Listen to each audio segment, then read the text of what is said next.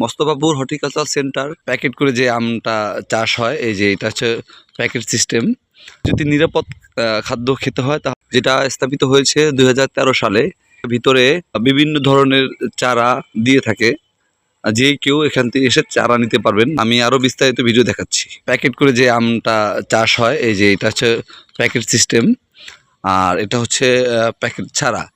তো সাধারণত আমাদের যে চাষিরা আম চাষ করে দুই প্রক্রিয়াতেই চাষ করে। এই আমটাতে পোকামাকড়ের আক্রমণ থাকে এবং এটাতে ওষুধ দেওয়া লাগে। আর একদম কেউ অর্গানিক আম যদি খেতে চান, যে এরকম প্যাকেটজাত যে আম, এগুলা প্রপারলি অর্গানিক আম থাকে। হ্যাঁ, আর আমরা সাধারণত বাজার যে আম খাই, এই আমগুলা বেশিরভাগই রাসায়নিক দিয়ে চাষ করা থাকে। আর এটা হচ্ছে 100% পিওর। এই আমটার দামও বেশি পড়ে এবং সচরাচর পাওয়া যায় না। এগুলা সাধারণত বাহিরে যায়, আমাদের বাংলাদেশে মানুষ এটা বেশিরভাগ খেতে পারে না। না খাওয়ার পিছনে অনেক কারণ আছে। সেটা হচ্ছে আমাদের এখানে সচেতনতার অভাব এবং আমাদের চাষিরাও প্রশিক্ষিত না। এই কারণে তারা ম্যানুয়াল পদ্ধতিতে চাষ করে। এবং আমাদের যদি নিরাপদ খাদ্য খেতে হয় তাহলে এরকম প্যাকেটজাত করেই আম চাষ করাটা ভালো। দেখতে পাচ্ছেন সারিবদ্ধভাবে গাছ লাগানো। এটা হচ্ছে হর্টিকালচার সেন্টারের মূল অফিস। চারধারে বিভিন্ন ধরনের জাতের গাছ লাগানো আছে।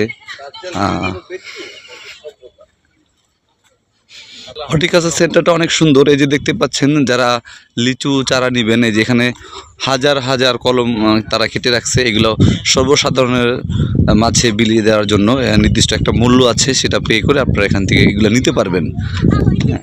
এখানে মালটা, পেয়ারা, আম, জাম, কাঁঠাল, লিচু, মাশরুমের স্পন সব কিছু আপনারা এখানে পেয়ে যাবেন।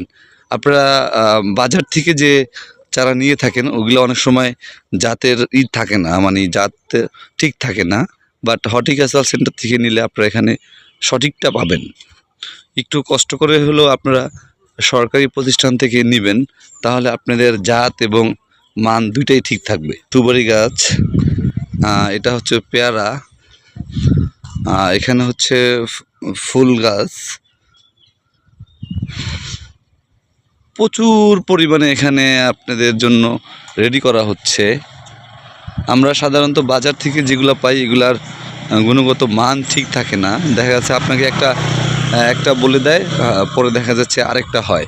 হ্যাঁ, কিন্তু এখান থেকে নিলে এটা আর আপনি একদম শিওর, আপনি যে জাতটা চাবেন সেটাই পাবেন এবং যা বলবে তাই মোটামুটি হবে। কিন্তু বাজার থেকে নিলে ওগুলো আসলে ওরকম হয় না। ওগুলা দেখা যাচ্ছে যে কোনো মতো সার দিয়ে তৈরি করে সর্বসাধারণের মাঝে বিক্রি করে দেয়।